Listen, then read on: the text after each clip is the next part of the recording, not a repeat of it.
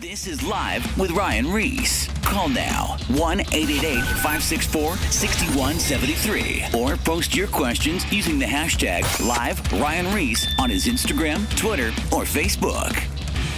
What's up, family? It's going down tonight. I got one of my good friends in studio. You guys may know him from the band of Mice and Men. His name is Austin Carlile. What's up, Austin? How you doing, sir? I'm great, man. I'm great. I'm happy to be here. Awesome. Well, the phone's already blowing up, so I think we should probably give out the number one more time just in case. Yeah, the number is 888-564-6173. Again, 888-564-6173. If you're listening live on the radio, you can also go to ryan-reese.com to watch the live stream. Absolutely. Well, look, dude, you're here in town for, you're coming to the end of your trip. You've been here for a couple of weeks, and we have a big event tomorrow night. We were just at dinner the other night talking, hanging out, and we just decided to tell your story for the first time. Yeah, I mean, I've been in the jungle, man, in Costa Rica for about 8 months, and I really want to just have the opportunity to let people hear my story and let people know kind of what's going on in my life and where I am right now and where I've been, where I was, and where I want to be. Well, tomorrow night, we're going to be doing a cool little question and answer. And we want to invite everyone that's in not only the Southern California area. I mean, you were actually in town last weekend, and people were driving down from all different places. Like there was some from Vegas. Oregon, there was Vegas. Where else? Portland. I mean, people were missioning to come out and hang out with you. So tomorrow night, we got this huge event where you're going to be telling your story. It's at Calvary Chapel Diamond Bar.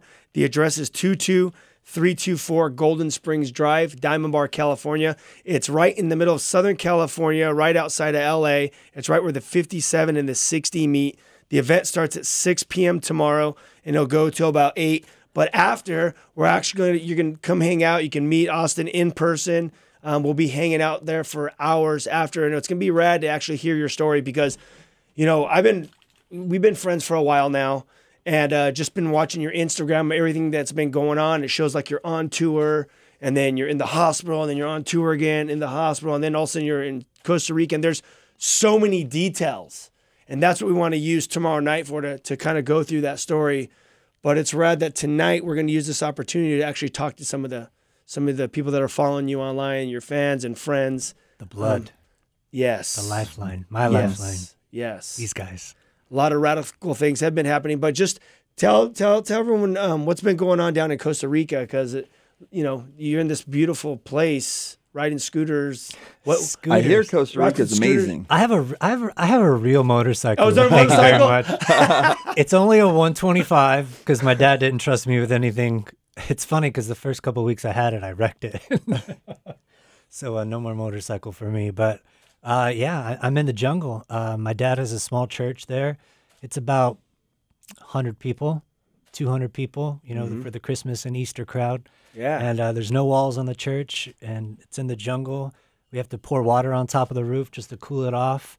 And, man, I'm out there healing and taking time to just kind of separate, to kill the noise because, in October after leaving October leaving, we announced it in December, I think the last day of the year I announced it. Mm-hmm. I really just wanted to separate myself from everything and just kind of get back to my heart and get back to what I think, God was calling me to do. And man, I've been, we teach baseball every Thursday. We do dodgeball. I'm the referee. I'm a pretty good ref. Mm-hmm. And it's just a blessing being down there, man. I get to spend the first few hours of my day in the water. And it's such a blessing. You're doing a lot of rehabilitation too, as well, from the surgeries that you had. Yeah, I in October I was in the hospital all month. On our last tour when we had to cancel, I found out that every time I would scream, I had 4 tears in the sac that surrounds my spine. So every time I would push down to scream, my spinal fluid was shooting out into my body, causing me like convulsions and Charlie horses and shaking. And it turns out I was having seizures, and I've been having seizures my entire life.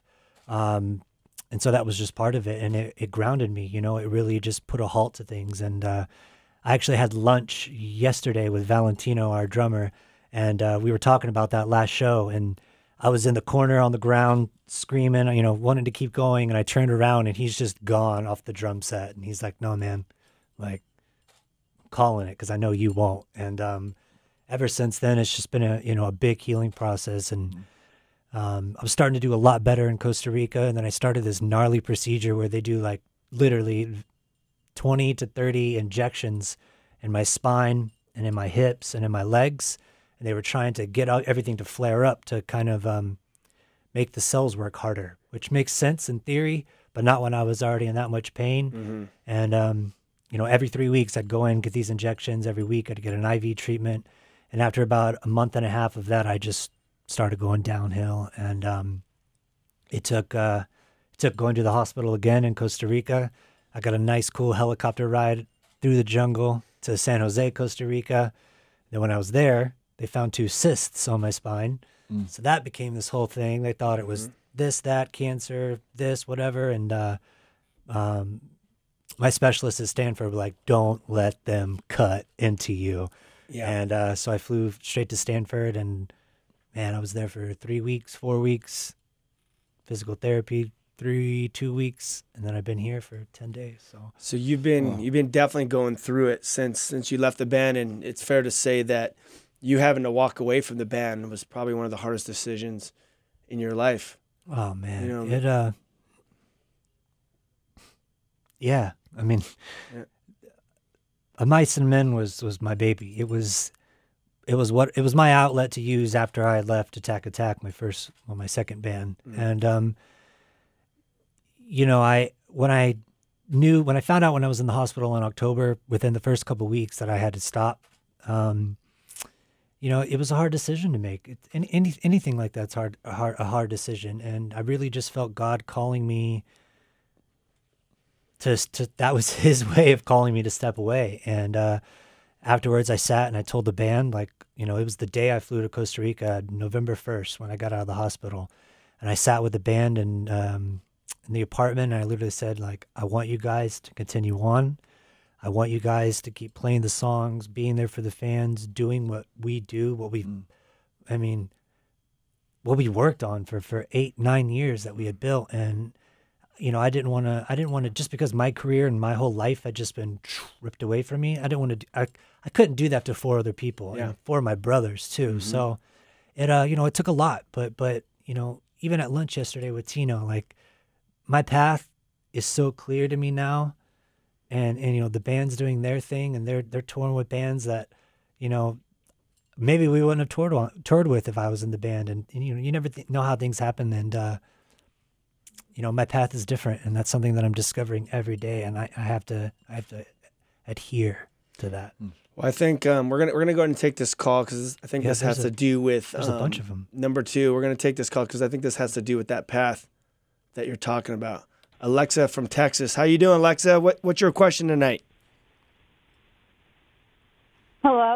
How you doing? You're on Live with Ryan Ries. We have Austin in studio. Hi. Hi, Austin. Oh, my God. I've been a fan for ages. Awesome. Nice to meet you, Alexa. Nice to meet you, too. Are you watching right now? No, I'm listening on the radio, actually. Awesome. I'm on the radio. My question is how did you manage to get through these rough times in your life? Because I went through some of the roughest patches in my life, and your music had honestly saved my life. And it spoke to me in so many ways. I just wanted to know how you got through this rough time. Yeah, you know, since day one, music has been a big part of my life. And, you know, music is a big healer. Music is, you know, it's universal. Yeah. And it took me having to figure out that music, the reason that I connected with it was because of the emotions that it made me feel. But I had to find a source for where that emotion was coming from and why that emotion was coming. And I found that through my relationship with Christ. And I found that through, you know, even though all these things were happening to me, I felt like God had me on this path for a reason. And I felt like, you know, he was calling me and pulling me to do something different, is hard and is painful and is, you know, as bad, people could say, as that might seem. But all it was him saying, this is what I have for you. This is what you want. And those are two completely different things. And I just, for the past 2-3 years, you know, through those rough patches, that's what I've held on to. And the bad part about it is for the 10 years before that, you know, I resorted to all the negative things, from drugs to drinking to sex to being a wild boy to whatever it is. You know, those things just left me more empty than before. And they also got me into a lot more rough patches. So as soon as I started clearing that stuff out of my life, after I began that relationship with Christ, and that's what's the cool thing is when you come to God as you are, and he starts chipping away at that stuff. You know, people always tell me, like, how could God love me? How could I come to God? Like, why would he ever accept me? I've done this. And it's like, no, man, God loves you right where you are. And once you come to him, he starts taking all of that stuff and boom, boom. Well said, sir. Well said. Well, thank you for calling tonight. Thank you, Alexa. We're gonna go ahead and move down. Is there anything that you see that you wanna pick up here? Yeah, there's so many. I didn't even realize these are all the questions from man. Yep, coming in. I'm gonna go ahead and this is a good one right here. While you look at the other ones, I'm gonna go ahead and grab number 4. Got it. Michelle from Orange County, California. How you doing? What is your question tonight for Austin? Hello, I just want to say, Austin, I'm such a big fan. Thank you for answering my question. What inspires you the most to keep moving forward? Hello? The opportunity to succeed or fail. You know, I think, you know, when they say, you know, suicide ruins your chances of ever making life better. You know, no matter how bad it gets, A, there's always someone that's going through worse, and B, man, it just makes those good days that much better. And from our fans to the people that have supported me from day one, to my family, to my whosoever family, to my, you know, even the stray dogs in Costa Rica, like, they inspire me because I love those things. And, you know, you got to look at those small things in life. And it's hard in today's age that we live. You know, everything's so fast paced. And, you know, Ryan, you said it the other day, the average 15-year-old gets as much information in a day as 15-year-olds did, you know, 80 years ago.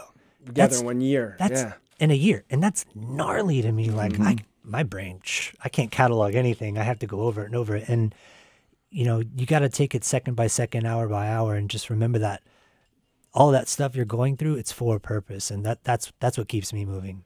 You know what? It's interesting, Sean, is, you know, we could get our eyes on social media and all this stuff that's happening around us, all these distractions, all this noise. Yeah. And it could literally, you could get so uninspired and go into a depression. You have to stay focused. Like Austin was saying, how he went down to Costa Rica to kill the noise. And that's even our whole high school tour. It's the Kill the Noise tour. Yep. We have to kill the distractions so we could hear from the God above what we're created for and the reason why we're here. And that's what inspires us. That's what makes you go through these moments of, like, your perspective can change from the aspect of, like, this is horrible what I'm going through, the suffering, this pain. But when you can have that perspective change of, like, okay, but what lesson am I supposed to learn? And as it was from the first caller, is like, God uses our difficulties and trials to encourage other people. They're like, man, Austin's going through a tough time. And for Austin, you've seen other people that have gone through worse times as well. That becomes encouraging to you. God uses our suffering for a purpose. Yeah, you know, I think Peter even said that, like, it may even be God's will, this particular point in my life, for suffering. And are you okay with that? Lee Oswald Chambers says, your comfort is not God's purpose for your life. And it's funny you talk about how what you're going through inspires people. People see it. My friend Machine Gun Kelly, Mr. Baker, we had In-N-Out today, and he said, man, like, what you're doing and what you're going through, and, like, it's inspiring. And, like, he said, I talked for an hour in Finland with Post Malone about what you're going through and what you're doing. And, you know, I told him, like, that's just me, man. And I'm, like you said, killing the noise, and I'm connected to the God of the entire universe. And that to me, like, man, there's nothing greater than that. And that may sound like that's kind of crazy, but the reality is when you there's a verse that says, draw near to God and he will draw near to you. Jesus says, seeking you'll find, knocking the door will be open. All you have to do is you just have to open yourself to God and you will have an encounter with him and then you will know he's real. But if you just push away and you're like, it's not real, you'll never know if he's real or not. So open yourself to him and ask him, say, God, if you're real, prove that you're real to me. And you will literally have an encounter with him if you ask him for forgiveness of sins and ask him to come into your life. And he's not looking for perfect people. I mean, this room right here is a bunch of pirates. I mean, he's not looking for people. And then even when you read the Bible, you look at the disciples, they were a motley crew. Jesus didn't roll with like ballers. He was just rolling with the common folks, the blue collar common folks, people. Those religious people, the people that were in the church, they didn't even roll with Jesus. They didn't like what Jesus was doing. Right. They didn't agree with Jesus. They hated on Jesus. And those are the people that were in the church. And I apply that to now. Man, if you that's why I always talk about it's so important when people bring up Christian this and this and this and all this. Look what Jesus said, man. We had a song from our first record. Second record. It's called The Great Handowski. And it said, read this book, you were meant to live. It all means so much to me, but note, pay attention, of what's written and read. And in most Bibles, what's written and read is what Jesus talked about, man. And through all that other noise, through all the other stuff in the Bible, it can get confusing. But what Jesus talked about and what he lived, man, like that's my answer to the first three questions that we've got tonight. It came to hurting people. Jesus came to hurting people in their circumstances and situations and saying, come to me, you'll find rest for your soul. You know, the princes of life are beating you down. Whether it was somebody that was blind, physically enabled, or whether it was somebody that was being tormented by their lifestyle. The Lord was able to set them free, and that's the cool. People are hurt in this world today. Look at our world today. We're in contact with people that are hurting. We're hurting people that have come to know that the healing that can take place with the Lord. So it's an amazing thing. The phone lines are definitely lighting up, and if you're tuning in right now, this is Live with Ryan Ries. We're in studio with Austin Carlile. If you want to call in, you can call in at 888-564-6173. Again, 888-564-6173. I'm trying to drop a couple of these lines that we're done with, and they're not dropping. So maybe I can get some tech support over here. Maybe call Apple tech support. There's a lot of calls. Hey, and if you're tuning in instead of going or being at Avenged Sevenfold and Metallica, thank you, because I was supposed to be there tonight with my friends, but we sat there and talked like, should we go to Metallica or should we do the radio show? And I was like, Metallica radio. Can we play Metallica on the radio? No, we, this is important. And this is, I'm only here for 2 more days. And that's right. This is something that means a lot to me. And I know people that have been with us for a year, 2 years, 8 years. I know they know that. And I know that they understand. I hope they understand how important they are to me. And that's why we're doing this. And There's so many questions. I want to say this. Tomorrow night, we are going to have a live event with Austin Carlile, the former lead singer of Mice and Men, to tell his story at Calvary Chapel Diamond Bar in Golden Springs, 22324 Golden Springs Drive, Diamond Bar, California. Come down. It starts at 6 p.m. and it will end, 8. But then, Austin, it's not going to end at 8. You were there hanging out with people last Sunday till 4, and the event ended at what time? We were done by like 1 or 2. I hung out in the church till 4:15, 4:30 with people. And then we went outside, and then we went to Chili's, and we were at Chili's till like 9:30. And man, we had like 60 people come out, and that's all awesome. The OG you diggers too. Like, we had Darla, we had Ed, we had just the people that have been there from the beginning, man. And it's so cool to, hey, come join me, because I know my friend's going to be speaking at this church, and it's going to be a message that's important to hear right now in the midst of all this stuff. And to have those people that not only are fans to me, but have become friends and family, and people that, I kind of did it to be selfish. Like, I wanted to see them. I wanted to see, my blood. I keep saying that, but that's, I mean it. That's amazing. And I think it's important to have relationships like that. Man, another thing that takes place in our lives when we go through these things, perspective of like, let's not take our day for granted, right? And let's value the relationships we have in our lives. Like, you don't get these moments back. It's so easy to take things for granted when everything's flowing and, everything is flowing so easily. But it's at these moments where you start thinking, man, I want to take advantage of these opportunities I've been given, right? Yeah, you're not promised tomorrow. Yep. And I was at a funeral today, and one of the guys mentioned that, you got to absorb the day that you're given, and you got to absorb and love on the people that are in your life now, because tomorrow's not guaranteed. Yep. No, it's true. The Bible says life is but a vapor of smoke, here today, gone tomorrow. You just never know. The most amazing thing, though, is people that have faith in Jesus Christ, we know that we're eternal beings and we will live forever. That's why Jesus said, one of my favorite verses where the whole whosoever's movement came from, because it's all of us. Jesus said, God so loved the world that he gave his only begotten son, that whosoever believeth in him will not perish, but have everlasting life, live forever. And that word whosoever, that's like all-encompassing. Whoever. Yep. Everyone. Anyone. Yep. Red, yellow, black, white, Muslim, Hindu, it doesn't matter who you are. Whosoever. And that's all of us together.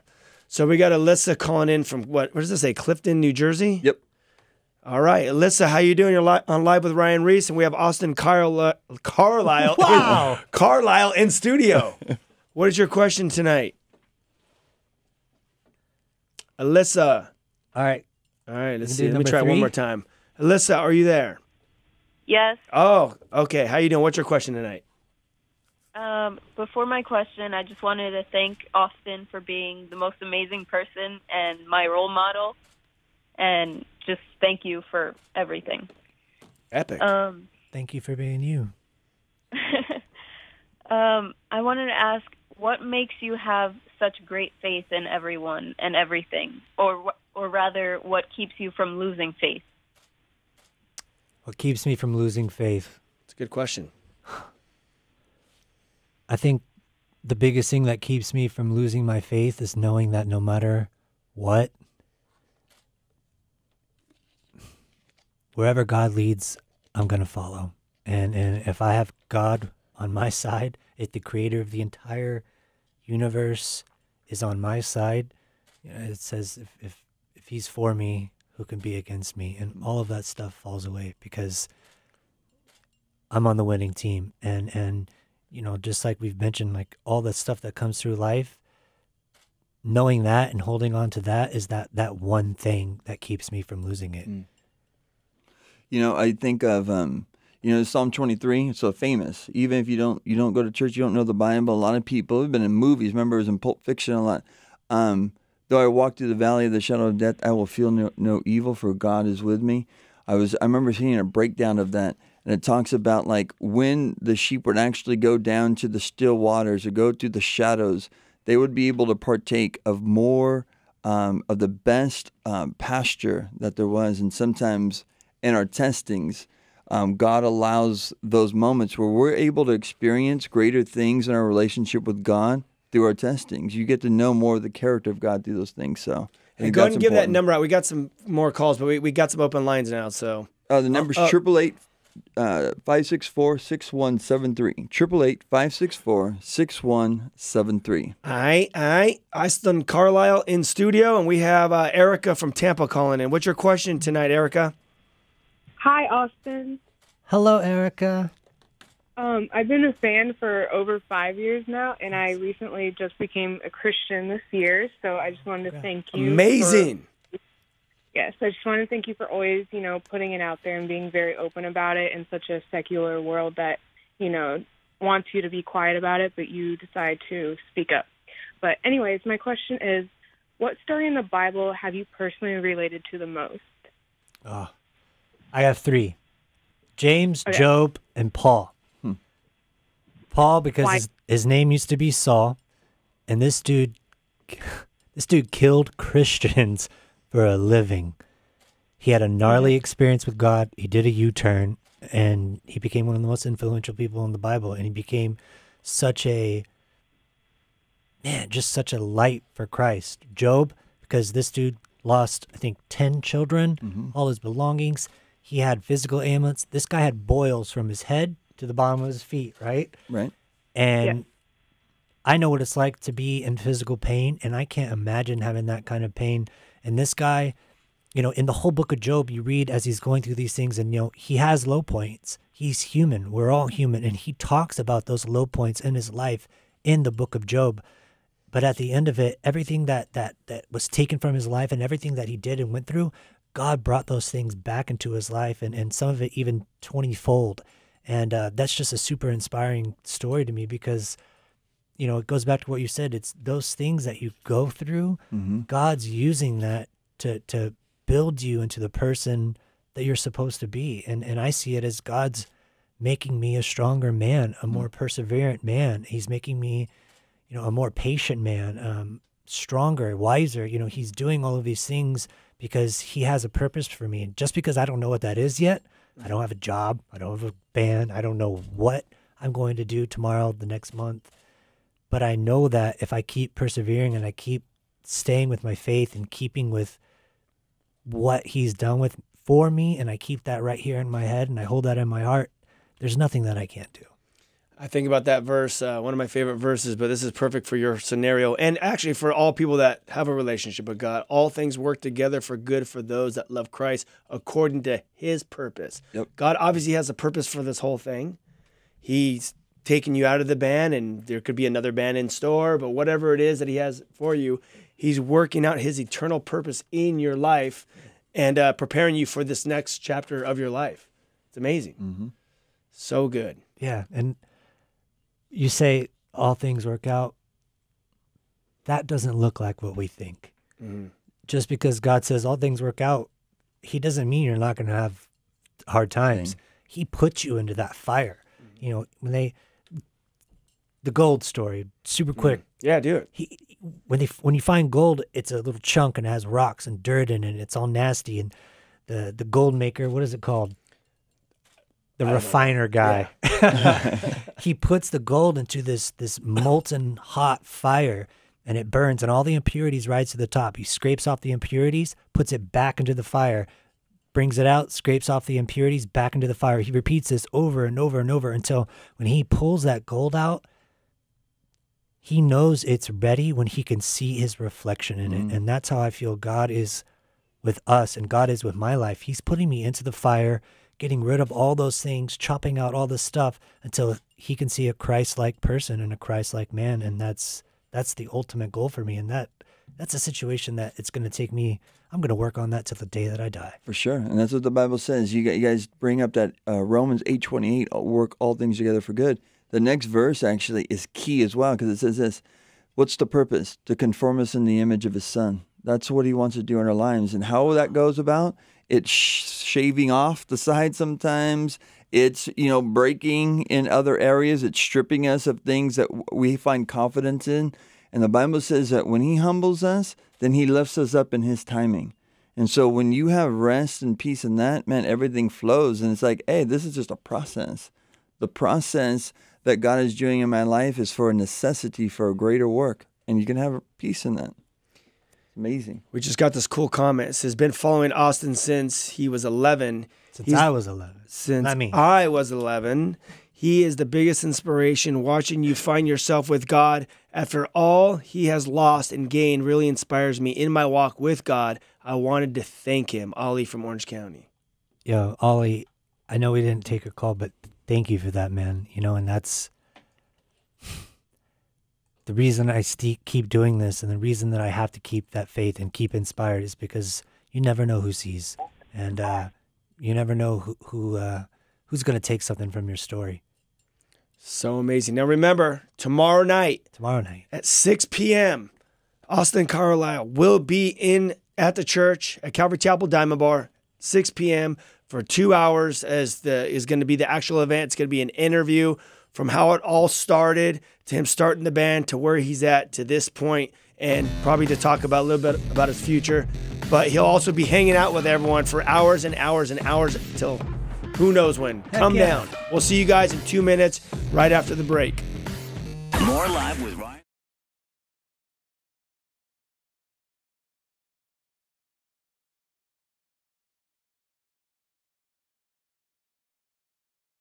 on his Instagram, Twitter, or Facebook. I think I speak for the entire administration when I say whoop-de-doo.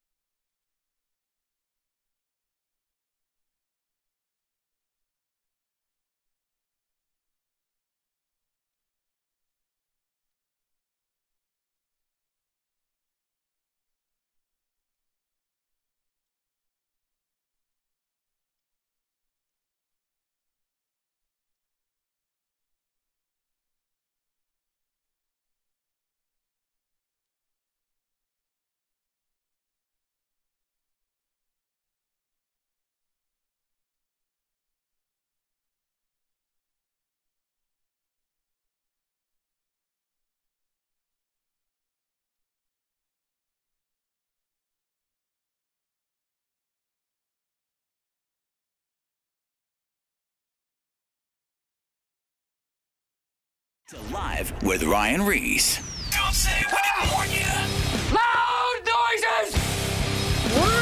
All right, it's going down. It is going down. Let's give that number out one more time, Sean McKeehan. 888-564-6173. Again, 888-564-6173. We are live in studio, live with Ryan Ries. We have Austin Carlile here, just chopping it up. But we also want to bring everyone's attention that tomorrow he is going to be live at Calvary Chapel, Golden Springs at 6 p.m. You do not want to miss it. Invite all your family and friends. If you're not in the local area here in Southern California, you can watch it all live at calvarygs.org and also on Ryan Ries's Facebook as well. You'll be able to stream it, so you don't have to be bummed out that you're not going to be able to watch it. You can watch it all across the world. Wherever you are. Wherever you are. But if you're close, you better come because, I mean, that's kind of the point. We could fit thousands of people in this venue, so come on down. Really? Yeah. Bring them all. Dude, let's do this. We'll pile you guys in. Let's do it. We've actually we had to take all the chairs out there one time. We got 5,000 people in there. Yep.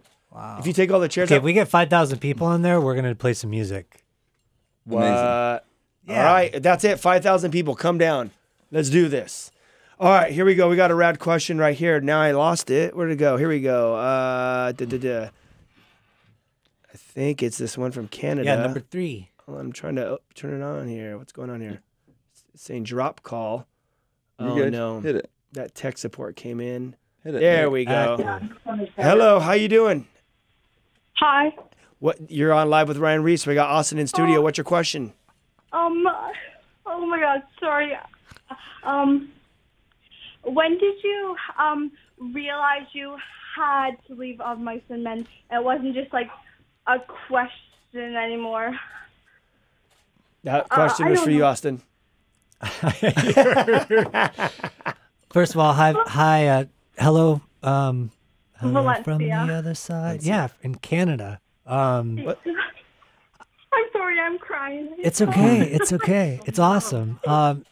Literally, the moment I knew when I had to leave the band was within the first few weeks of October. We had to cancel the tour. I went straight from the UK, flew to LA. My dad, which I hope he's listening, watching. Hello, Dad. I love you. I miss you. I'll see you soon. But my dad met me in LA. We flew straight up to Stanford. And, you know, for the past 4, 5, 6, 7 years, my medical team, my cardiologist, and all my my team, they've told me this whole time that I wasn't supposed to be doing this. I wasn't supposed to be up there body banging and head banging and jumping off of balconies and going, every night. And that's just not something that's good for your body when you have a genetic condition that I have. And, and this was the moment, because of being in the band, I had to have hip surgery, rib surgery. I've had over like 14 epidurals. We used to go on tour, and every month or two, I would have to get trigger point injections, which are like 14 shots all through your spine where they inject you with Novocaine and steroids and inflammation stuff. Not like rip steroids, to basically just so I could perform and just so I could keep going. And, it was time. And, it was the hardest part I think about that was knowing that I had to stop and not being able to say anything yet. And that's why I announced it the last day of 2016, because that was a gnarly year, and I wanted to leave it in that year and move on to 2017, where we are. All right. We're going to go and take this call from New Mexico, line 4. How you doing tonight? You're listening Live with Ryan Ries, and we have Austin Carlile in studio. What is your question tonight? I wanted to know how he pushed through that on stage. And I wanted to thank him for a lot of stuff that he's helped me with. And thank you for everything that you've done. And I'm shaking. Thank you. Just thank you for everything that you've done. And I wanted to know how you pushed it through on stage. Well, thank you. Thank you for supporting. It sounds cliche, but what we do would not be possible if it wasn't for the people coming to our shows, buying our records, buying our merch. That's thank you. And the biggest thing that I think helped me push through on stage was just the sheer fact that that's what I loved to do more than anything else in the world. And those songs, especially like Pain, You Make Me Sick, Public Service Announcement, like Second and Sebring. Those songs, they still play now. Those songs are my story. And I didn't ever write a song that was actually written by me and a mice that wasn't real to me, to my core, because, I said, if I have to sing this every night, it's got to be real, because I've got to be able to tap into that emotion. And that's what rock and roll music is, man, it's that raw emotion. And I was at Chester Bennington's funeral today, and the biggest thing that they kept talking about was that emotion that he had and that raw passion for what he did.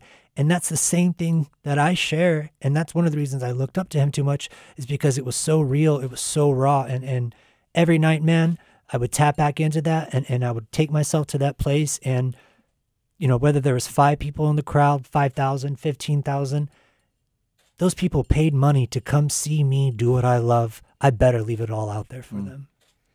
That is sick. Sorry, it's been a rough day. No, it's all good. We're going to go ahead and take this call from Fremont. They're listening online. Austin's in studio. What do you have to say? What's your question tonight? Hi. My question is, before I say anything, I just want to thank Austin, and I just want to say I love you, and you're the reason why I stopped self-harming, and I love you so much. God bless you. And my question is, does your relationship with God affect your relationship with all your other friends? Does your relationship with God change your relationship with others, basically? Yeah. Yes and no.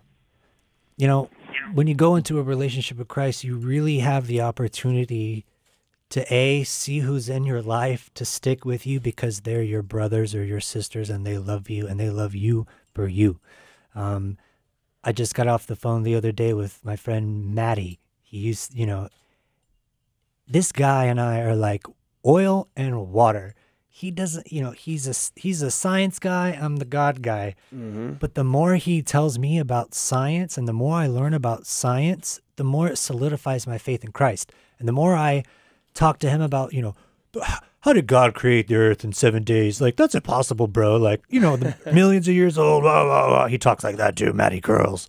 And, you know, like, just that. How did God create the earth in 7 days? Okay, yeah, that seems gnarly. But guess what? The word day in, I think, Greek, Hebrew, the word day means an extended period of time.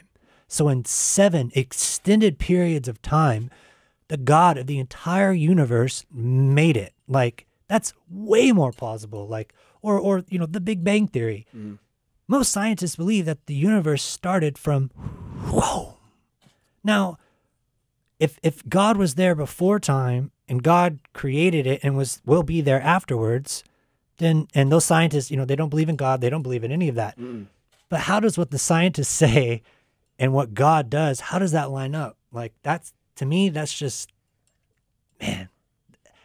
Oh, I can't even finish my sentence because that just gives me so much hope to know that, you know, the more these people shoot and they search to find the answers to life and, you know, how to live forever, or how to do this and this, and, you know, it all comes back to Christ, and it's all in the Bible, and there's nothing new under the sun. It's proven. It's proven. It's never needed to be adjusted or changed, and still has the ability to change lives from every walk of life. Absolutely. You know, young, old, doesn't really matter, because in it, yeah, as God's word says, that God has magnified his word above his own name, man. It's powerful. This is a fresh comment right here. Oh, which one are we looking at? Number 4, it says, I sent Austin a tweet and prayed to God he would respond. And he called my daughter at 2 a.m. and literally saved her life. I want to thank him. We will be there tomorrow, and my daughter is now out of the hospital. Now my daughter loves Jesus. Chino Hills, Steve. That's epic. Hey, Steve. Hey, my Meilani. It doesn't even say her name on there, but yeah, man. Crazy story. I go to bed at about 9:30, 10 every night. I sleep with this gnarly face mask. You know, I got to put in the face mask. I got to lay down. I'm out for like 9, 10 hours. But that night was the night that that night was the night I got an email and I was invited to Chester Bennington's service, his funeral. That was today. And I got the invite and I was like, you know, like, I'm really kind of nervous, upset about this. I need to get into the Word. I need to read the Bible. I need to study. I need to just absorb. And I started reading through the gospel, and it kept me up for 3 hours, taking notes, reading in the Bible. And I laid down before I put my sleep mask on and was out. I think it was 2:30 in the morning. And I never look at like my DMs or Instagram stuff. Like, it's not something I pay close attention to. And the first thing I opened when I was just like, let's see what's popping on Twitter at 3 a.m. was Steve and his daughter. They came last week, and he just reached out, just saying, you know, Milani's going through something. Can you maybe give her a call? And I'll just say it right now, I don't call people. I have like, I don't know, 100 contacts. Like, you know, that's just not kind of the person I am. But I called her because I felt like God was calling me to call her. And I called Meilani, and I was just laying in bed, and I said, you know, hey. She's like, who is this? I was like, it's Austin. What? And she was in the hospital. You know, she had tried to hurt herself that night. And, you know, God was there with her, because even though she attempted something, it didn't happen. And she was there, and I called her, and you know, I talked with her, and I just prayed with her, and I thanked her, and I thanked God for the fact that she was still there. And man, John 10:10 says, the thief comes to steal, kill, and destroy. I've come that you may have life and life more abundantly. Suicide, depression, I'm not good enough, I'm this, I'm that.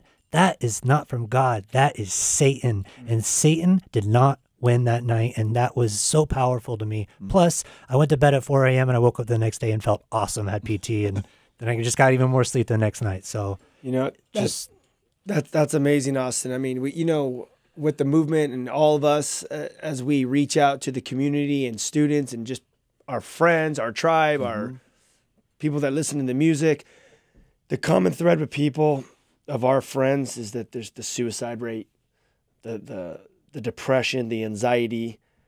People even having supernatural things happen in their room at night, because they've opened themselves through the Ouija boards, through tarot cards, all these different doorways of stuff that happens. And it's all the enemy at the end of the day. The enemy, like you said, has come to steal, kill, and destroy. But Jesus says, I've come to give life abundantly. And it's not till you get to a place in your life where you go, man, I'm just tired of being tired, and you surrender. And tired of being sick and tired. Yeah. When you get to that place, and maybe you're listening tonight and you're maybe in that place, what do you have to lose?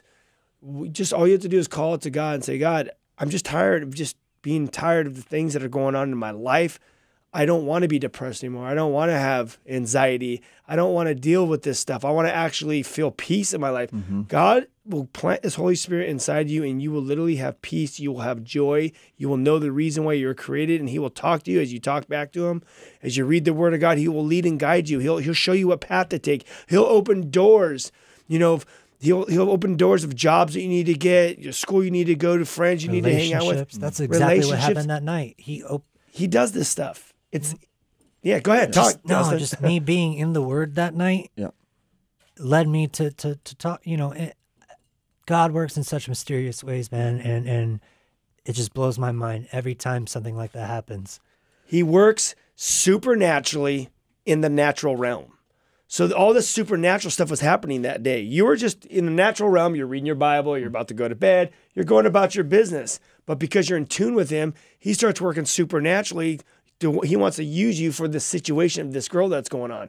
And how would you even know to do that? You could say, oh, it's by coincidence. But the problem is when you're walking with God and all these things happen all the time, it's not coincidence. No. You know what? I was just thinking about this, man. Satan is such a deceiver. One of the things that he likes to do in so many people's lives, this is common with young people, old people, it doesn't matter. He wants us to feel like we're all alone. Nobody gets it. And so it kind of leads you to a place of isolation. Satan wants to isolate a person, get them all by themselves, and depression, all this stuff of life just overwhelms them. I believe it's in Proverbs 18 where it says, a man who isolates himself, he seeks his own desire. He rages against all wise judgment. And that's what happens sometimes. But the Lord, how He allows us to have relationships with people. I've been tripping out listening to you, Austin, and the people that have been calling in, because you hear this heartfelt connection of music and the communication, like you said, like through the lyrics, like you're pouring out your heart and connecting, because there's hurt that can be related to by many people, and they recognize that they're not alone. I think that's very important to realize and understand. I wrote a song called You're Not Alone. And the biggest thing that has, kept me going and why of Mice and Men was what of Mice and Men was because I've been there, I've had divorce, attempted suicide, violence, drinking, drugs, grand theft auto, not being good enough, grades, whatever it may be, all of these situations, losing parents, losing loved ones, moving. I've lived in 9 states. I was from school to school and moving around. I've been through this stuff. And then I wrote music about it. I let it out. I needed a way to get it from in here and sitting and stewing and to get it out. And over the years that turned into, I need to share this because all of these people are going through the same thing. And whether they even know who a Mice and Men or I am or not, everyone in the entire world is going through something. Mm-hmm. Physical, spiritual, mental. And that's the one thing, man, I don't care. I'll just say it. Republicans, Democrats, black, white, Muslim, Christian. Mm-hmm. Stop. We are human beings, all of us. And even if you're a spiritualist and an atheist, you don't believe in anything, you can understand that one thing. And that's so important because we all deal with the same issues, whether you're a 40-something-year-old screamer of a multi-platinum nu metal rock band that's inspired millions of people, or the girl I talked to on the phone the other night. They deal with these same exact things, and that just goes to show that Satan's clever. He's not that clever. He's putting people through the same stuff, man. Absolutely. Well, I'm going to plug the interview tomorrow because you're going to be live in person tomorrow at 6 p.m. at Calvary Chapel Diamond Bar in Golden Springs, 22324 Golden Springs Drive, Diamond Bar, California. Come out. It starts at 6. It'll be going on for at least, the event will be 2 hours, and then Austin will be hanging out for hours and hours and hours after. So come on down. Come one, come all. It's all ages. It's free, and we can fit thousands of people inside. So roll out. We'll be there tomorrow night. Here's a fun question. You know, we got a little bit of time left, so... This is flown by. Yeah, I know. Austin, he says, let's see. Grace says, what happens when you get writer's block? How do you get rid of it? From Wisconsin. Don't get chipped while you're out there. Yeah, right? What happens when you get writer's block? You know what? It depends. You know, some back in the day, I used to maybe have a drink, or I'd go out, or I would just write something and not have my heart in it. And a big thing that happened while we were recording our last record was a big thing that I, you know, I felt God really kind of wanting to do more with me, because I was sitting here trying to write lyrics that were just along the line enough to be acceptable enough for a secular band and not have anyone say whatever, this and this. And I had writer's block because I couldn't write what was really in my heart. And what was in my heart was, I just looked at it when I went to storage the other day. I have the journal from the stuff I was writing, and I was calling out to God, man. I was writing some crazy deep stuff. And you know, I have writer's block when my heart's not in it. And I realized that, you know, to have my heart in it, I got to be there, and I got to be with the music. And you know, I mean, I guess that's it's hard. It's weird. I feel like, where do I look and who am I talking to? This time's flown by, man. I just want to say thanks for having me too. Okay, here's another one. Cynthia from Atlanta. No, there's so many questions. I know, there's so many questions. I want to get all these questions if possible. Yeah, let's cut number 3. We don't need to talk about Yeah, we're going to go through those. Okay, here we go. We're not going to go through that. No. Austin, question. How does Austin feel about receiving the Heart of Matter Award? That's from Cynthia in Atlanta. The Heart of the Matter Award. Yeah. Well, okay. I guess I can talk about it. I received it's called the Heart of the Matter Award. It's a medical award in the medical industry. I don't know the description. Pioneers that lead the way for what they're dealing with. Basically just me sharing my story of my medical journey with the people that are dealing it, my brothers and sisters that have, you know, from Marfan syndrome to MS to so many different genetic orders. You know, it's something that has ailed me my entire life. I didn't even know what it was until I was 17, then had a DNA test, you know, and I'm sitting here side by side now with people that are going through the same things. And next week, the reason that I have to leave is I'm going to Atlanta. The Marfan's family conference is there. They did a giant walk. We raised over $500,000 for research for Marfan syndrome. You know, my mother passed away because she was taken to a hospital where they didn't know what Marfan syndrome was. And it was it's just,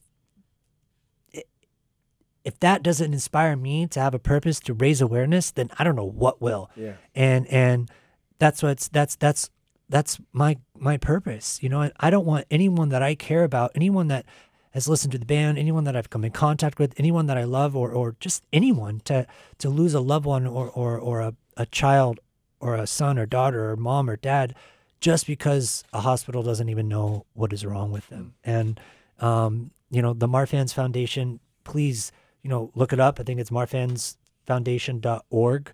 And they're such a great group of people. You know, I'm going down, my cardiologists, my Marfan specialists, my team from Stanford, they're going to be in Atlanta. There's 550 families from all over the world that are meeting in Atlanta because someone in their family has Marfan syndrome. And they come to learn, and there's clinics and there's tests. I'm getting an ear test done because I'm deaf in my left ear. And they come to have that community, to be with people that are going through not just the same things, but they have the exact mutant gene. And being an X-Men fan, I love meeting fellow mutants. It's like, let's go. Magneto's not going to win. I'm with Charles Xavier. Even though Magneto in white is super sick. All right, so check this out. We got a couple of minutes left. We couldn't get to all these calls, obviously, but, you know, we tried our best. I'm going to end it with this. This is Jess from Florida, and the question is, how does it feel knowing that you've saved so many people's lives? How does it feel that God's used you to... I was just going to say, I have not saved a single life. Maybe besides the family that got swept away in a flash flood in Costa Rica. They swam out of their Jeep and I gave them a ride home. That might have been the only time I saved someone's life. Mm-hmm. People have to understand that the music inspired them, motivated them, pushed them to save their own lives, to reach out to whatever it may be, to take their mind off of a situation, to not stay there, you know, and that's what my whole point of Mice and Men was. That's why it was so real, and I keep talking about that because I knew that there are so many people dealing with the same things, and just to know that you don't have to go through them alone, and then me applying that to my relationship with Christ, to know that from today, for all of eternity, I don't have to go through anything alone anymore because of that relationship, and that there's nothing greater for me than that, and there's nothing greater for me than to be able to express that and to be able to share that with people. It's like when you have the best news on earth, or you know the winning lottery number, you know, I don't know, you have the best news, you want to stand on top of a roof and you want to shout it, you want to say, hey, look what I found. Look at this. Look at what I just did. Look at what I'm safe. I'm saved. I'm free from this. I'm free from my chains. I'm all of these things. It's good news. You want to share it. And man, I'm speechless. I'm sorry. Music is powerful, but God's even more powerful. Where do you think music came from? Well said. Yep. Well said. Well, tomorrow night, plugging it one last time, come down 6 o'clock. Yeah, come hang with me. Come on. We're going to be there partying from 6 p.m. to who knows when. Austin will be there. Will be a live interview, hearing from the beginning to where it all started to where he's at now. And we're about to end in a second, but when's that new band start that you're starting? We'll end there. We'll talk about it tomorrow.